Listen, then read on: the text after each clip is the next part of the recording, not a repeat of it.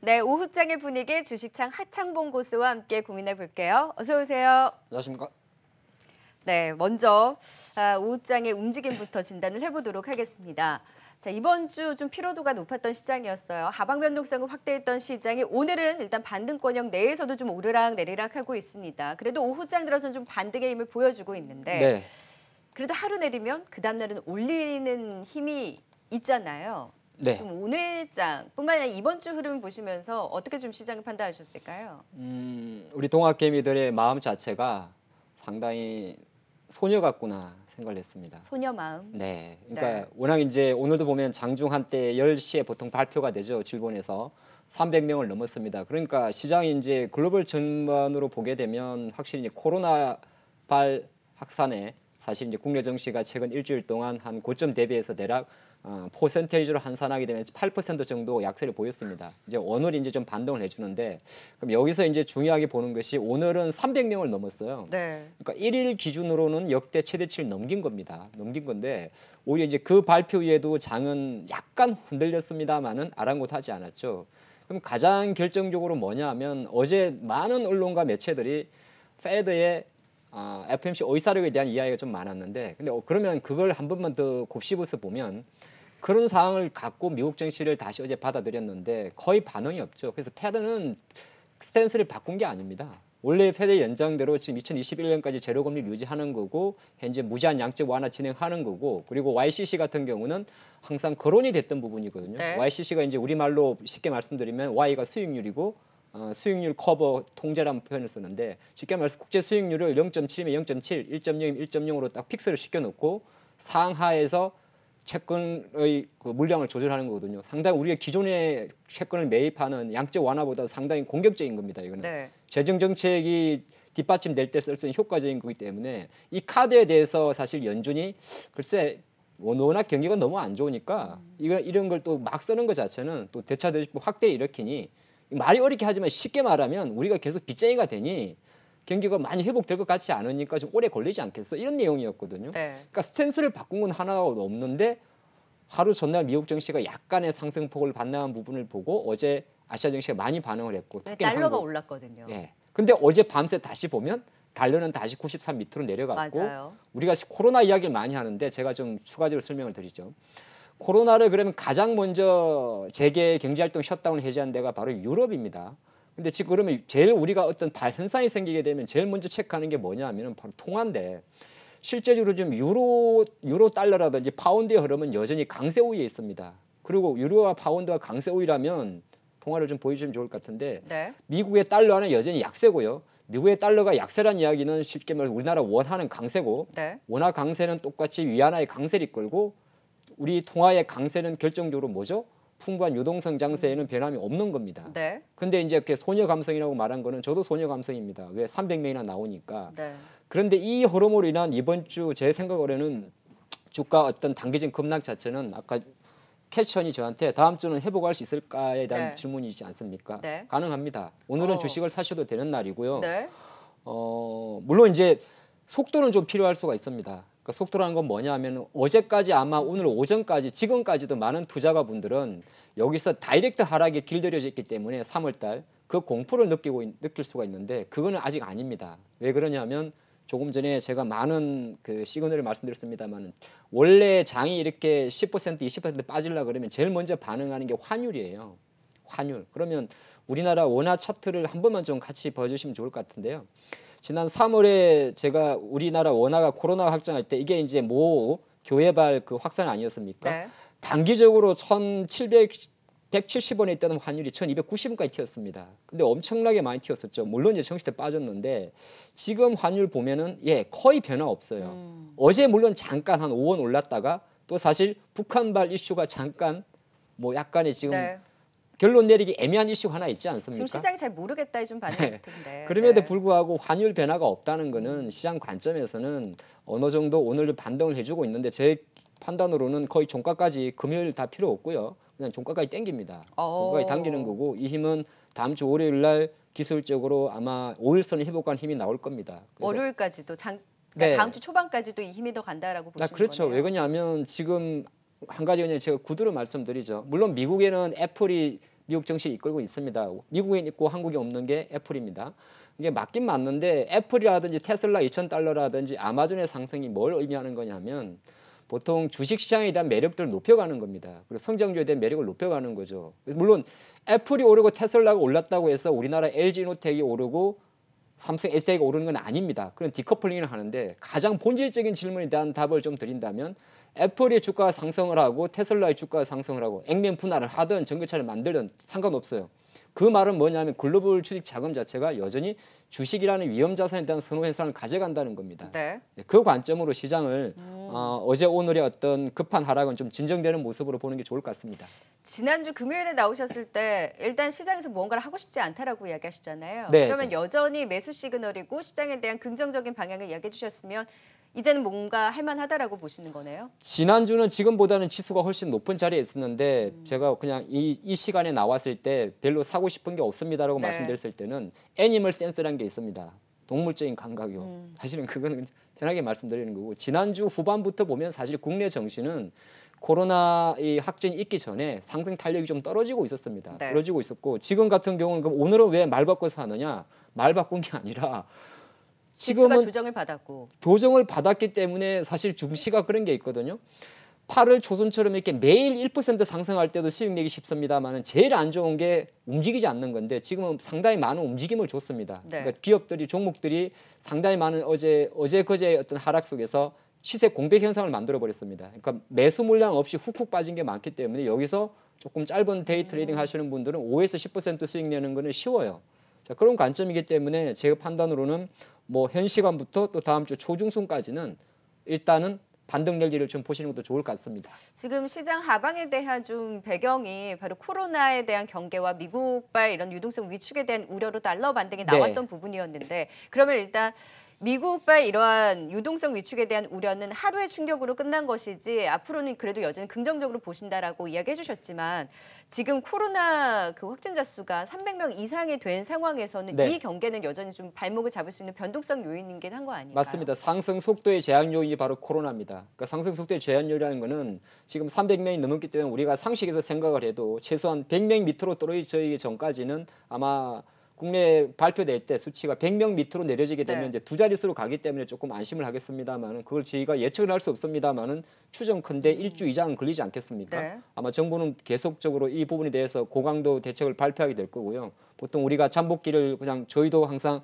언론 보도를 보고 2주란 이야기를 하니까 네. 그럼 대략 8월 15일 전후로 계산하게 되면 8월 말 전후까지는 피크를 보는 거죠. 예, 그건 이제 중심 잡아가면 되는 거고. 그럼 오늘같이 오른 날이 아니라 분명 그 변동성으로 내렸다 올랐다를 반복하면서 올라간다라는 거면 내리는 날 일단 매수 관점으로 보는 게 낫겠네요. 그렇죠. 그게 맞는 말이고 중요한 거는 이제 여기서 제가 아까 괜찮습니다라고 말씀드리면서도 그렇다고 해서 급락 정 포인트 코스피 2450이라든지 코스닥 860은 생각하고 있지 않습니다. 그러니까 앞으로 뭐 현 시간 이후부터 다음 주까지는 하락하게 되면 조금 매수 그리고 상승하게 되면 또 상승 폭에 따라 좀 다를 수 있습니다만 오늘 같은 날 비중 줄이는 날입니까? 오늘은 사야 되는 날이죠. 오늘은 줄이면 안 됩니다. 줄일 때 줄이더라도 오늘 오른 날인데 사요? 네. 이건 왜 그러냐면 오늘은 올라도 5일선에 오르지 않았습니다. 아직 오를 수 있는 비클이 한 2, 3% 이상 지수 기준 남아있기 때문에 네.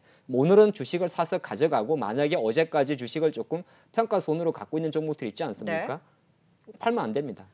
들고 하셔야 됩니다. 네. 자, 그럼 이제 종목으로 압축을 해서 이야기를 나눠볼게요. 다음 네. 주장 그래도 반등에 대한 힘을 조금 더 가져갈 수 있을 것이다. 여전히 매수 시그널이다라고 이야기해 주셨는데 오늘 이 안에서 외국인과 기관이 LG전자를 비롯해서 LG그룹주에 대한 매수가 강한 거예요. 네. 지주사 LG를 비롯해서 LG화학, LG전자, LG디스플레이, LGU+, LG생활건강까지 유독 오늘 LG 왜 이렇게 강한 거예요?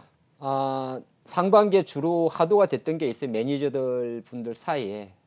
LG그룹주를 올해는 좀 보자는 이야기가 많았습니다. 그래서 지금 보면 수급적으로 아마 LG그룹주들은 지주회사 LG의 주식을 보면 좀 알 수가 있어요. 그러니까요. LG의 주식이 3월 달에 한 5만 원 와. 하다가 지금 9만 원대 정도로 상당히 견조합니다. 근데 지주사가 이렇게 움직여요. 지주사가 이렇게 견조하다는 거는 이제 쉽게 말해서 여기에 아픈 손가락 아픈 손가락이었던 LG전자의 주가가 이걸 받쳐주기 때문이죠. 그래서 지금 LG전자 같은 경우도 많이 아시겠습니다만 이제 과정 부분으로 계속 가는 건데 여기에 이제 구강물 체제에서의 가장 큰 변화를 보여준 게 바로 LG LG 화학이죠. 네. LG 화학 이야기를 계속 하다 보면 어차피 LG 그룹주를 좀 투자하는 그림이 나오는데 네. LG 화학도 지금 70만 원대면 투자 의견은 매수는 맞긴 맞는데 공격적일 필요는 없어요. 70만 원 그래도 딱 지키려는 게 보이지 않아요? 네, 근데 이거는 오늘은 사도 되고 월요일날 사도 상관없습니다. 그럼 전기차는 지금 다시 가는 기지개라고 볼 수 있어요? 네, 많은 분들이 저도 마찬가지입니다. 9월 하순에 예상되는 테슬라의 배터리데이 이야기하는 데요. 네. 왜 그러면 테슬라의 배터리데이와 LG화학을 타임을 미루라는 혹시 이유를 아십니까?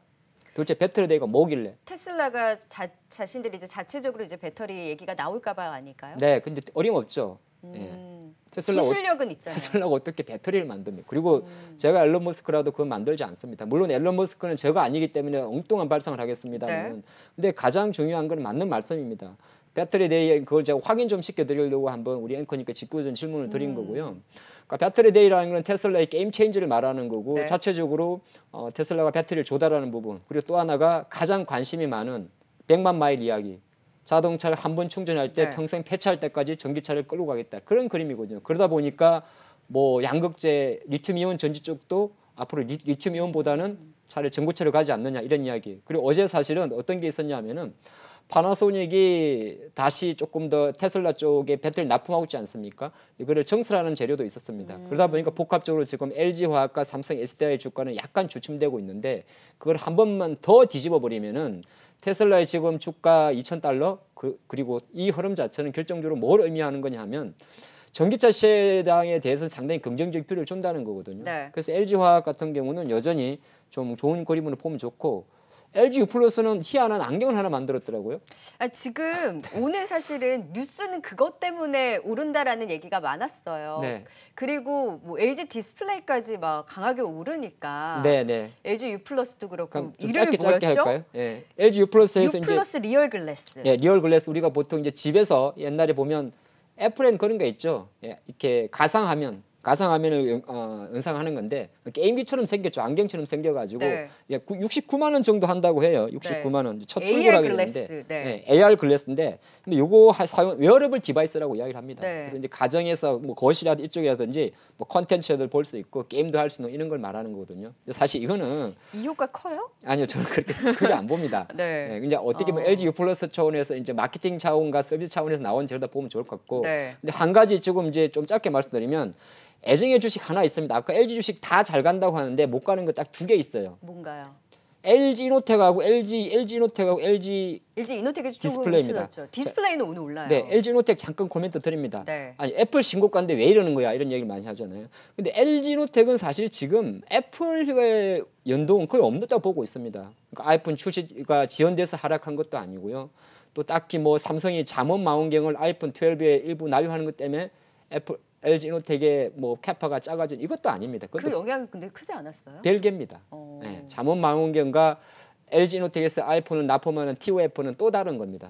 예, 그렇기 때문에 근데 제가 생각할 때는 단순히 이제 기관들이 수익을 실현하는 차원에서 딱히 변동성 없이 멈춰 있는 겁니다. 네. 이게 악재가 있어서 안 가는 게 아니고 워낙 이제 상반기에 가장 강했던 IT 대형주이기 때문에 차익 매물의 일정 부분이라 보시면 좋을 것 같고 그래서 LG노텍은 보유액이 드리겠고 아까 제가 초반에 좀 길어집니다만 애정해 주식이 바로 이 친구죠. 03420 LG 디스플레이 정말 여러분들 뉴스 풀로 보시면은 연일 호재를 날립니다. 이렇게 호재를 날려도 안 가는 주식이 있을까? 중국의 무슨 투명 OLED 자, 지하철에 최초 투명 공급. OLED를 세계 최초로 납품하기로 네. 했고요.